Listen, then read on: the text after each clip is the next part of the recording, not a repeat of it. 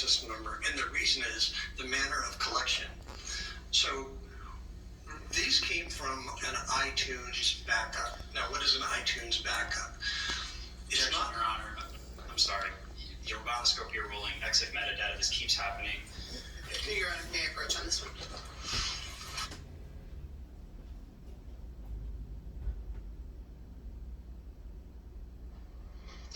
Another sidebar. Well, that's something new. No, there's been plenty of them, folks. And I think Judge Ashley just explained to you guys what basically is going on. The attorneys don't like to have speaking objections in that court. Actually, it's the judge that doesn't like it.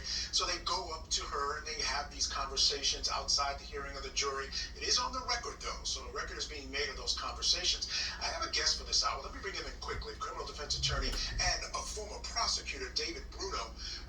David, this particular expert, I'll tell you, in a case that's all about he said, she said, this expert, I think, is going a long way towards affecting the credibility of Amber Heard. I was thinking, before I got on here, I was like, me and Michael are going to talk about credibility, corroborating, lack of corroborating, right? Because last time we spoke, we were talking about this. When it's a he said, she said, and credibility is at issue, like this case, the other evidence either corroborating, disproving, supporting, is critical to the fact finder in determining who's telling the truth. And this expert here is showing that there's different pictures and images, and we're going to get into some metadata, which is very interesting on the technology standpoint, as to who's telling the truth and what pictures are authentic and real. Yeah, this is going to get hairy, no doubt, for Amber Heard, at least at the moment. Yeah. So we're still waiting for cross-examination. My understanding is that sidebar is over. Let's get back into the court. So, Mr. Neumeister, without going into the specifics, what's your opinion about the authenticity of the photos you received from Ms. Heard? Based on the way they were collected, there would be Objection, Your Honor. We just ruled on this. I frame my question, Your Honor, to avoid the issue that you're concerned about. Mr. Neumeister, what's your opinion about the authenticity here? There's no way for any forensic expert to validate any of these photos. Thank you very much. No further questions.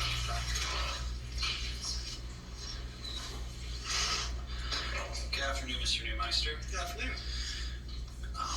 Your only degree is in political science, correct? 42 years ago, correct. And you have no degree whatsoever from any academic institution in computer science, correct? That's correct.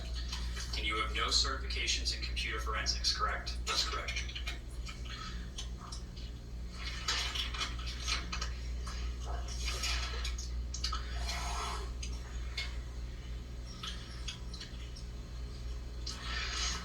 From the opinions you testified today, you rely on no data except for the embedded EXIF metadata to support those opinions, correct?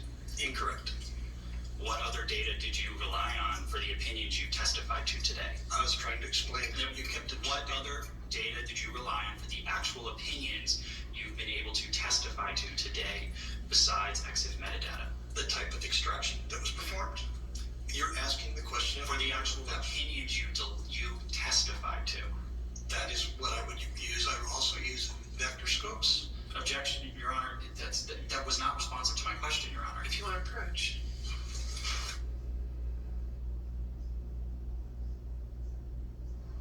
All right, so yet another sidebar. David Bruno, let me bring it back in real quickly.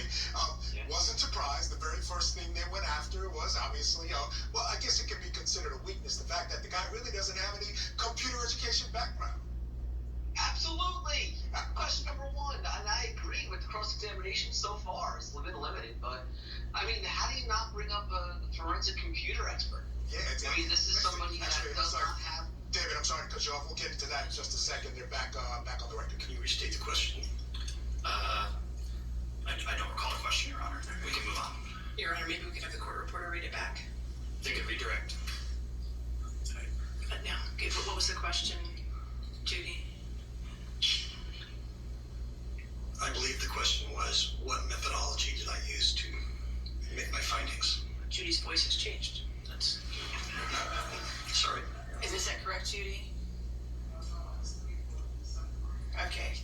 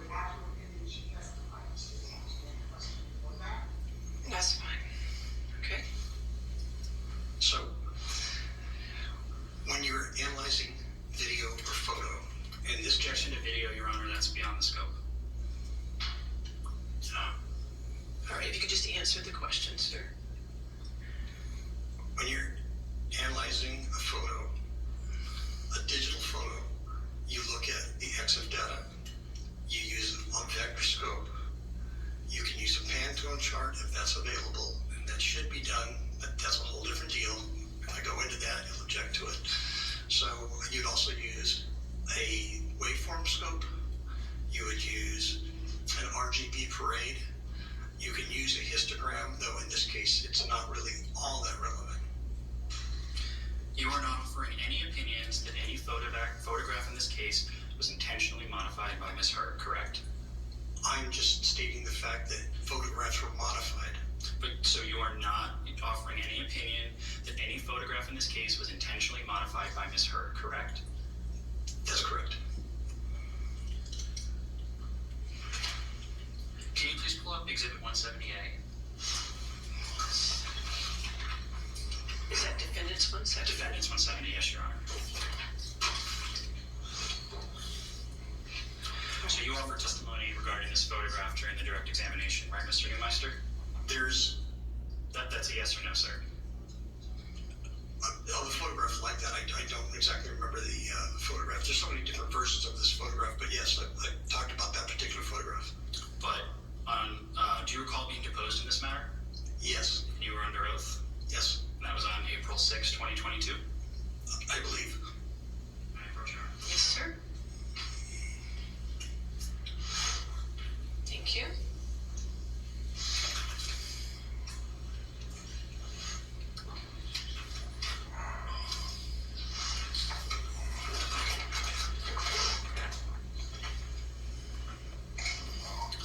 So, Mr. Neumeister, if you could please turn to page 76.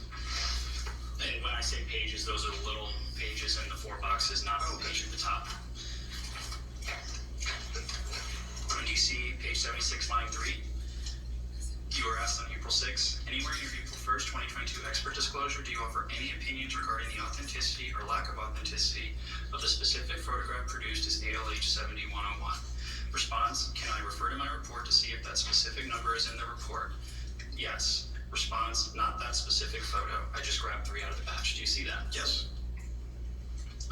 Can you please pull up Exhibit 517? Or Defendant's 517? Thank you.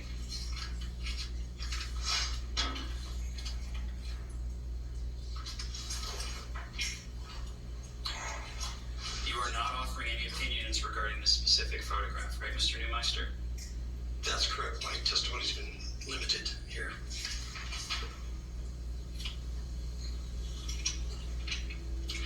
And you are not offering any opinion that any photograph was visually doctored by Amber, correct? Not by, I can't put the person who might have done it. Well, you're not offering an opinion that a photo was visually doctored by anybody, are you? I'd have to see each photo. There's no way to authenticate any of these photos based on what I received.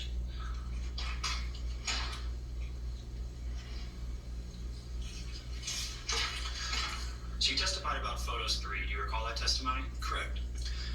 And Photos 3 is a photo editing and photo sorting application, correct? It's a photo editor and photo sorter, as are a number of editors. So when you reference Photos 3.0, you never did any independent research. Strike that, Your Honor. So when the software of a photograph in the EXIF metadata says Photos 3.0, that could be just saying that the photo was saved in Photos 3.0, correct? Unless you looked at a scope of the photos, that would tell you that the parameters of the photo do not meet that of the cell phone that it was taken on. But the notation Photos 3.0 in the software EXIF metadata, that does not in and of itself mean that the photo was edited in Photos 3.0, correct? It means that you've recompressed the photo and it will not hash or digitally fingerprint with the original photo. But it does not mean in and of itself that it was visually edited in any way in Photos 3.0, correct? Again, it's not the same photo because you're using lossy compression once you save it, so you have changed the photo.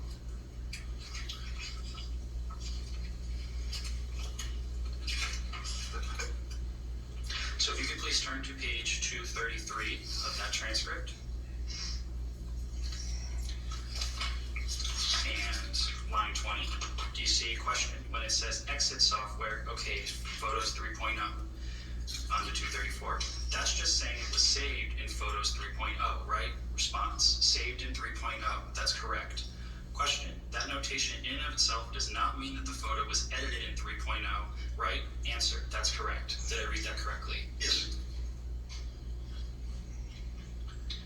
A file is not changed visually just because it has been processed through Photos 3.0, correct? That's incorrect. Can you look at page 128 of your deposition, please?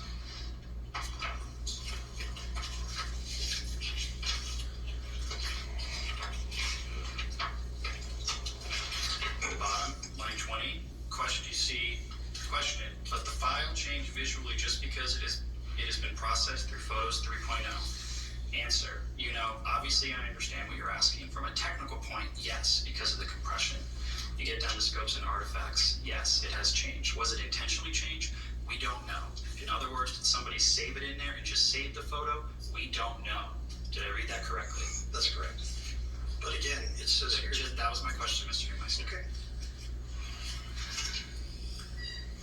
So if the EXIF metadata software field lists the software as iOS, you have no reason to dispute that, correct? Incorrect. Well, isn't data data? That's what you testified to, right? It's very simple to modify EXIF data. Did you find any evidence in this case of actual modification of EXIF metadata?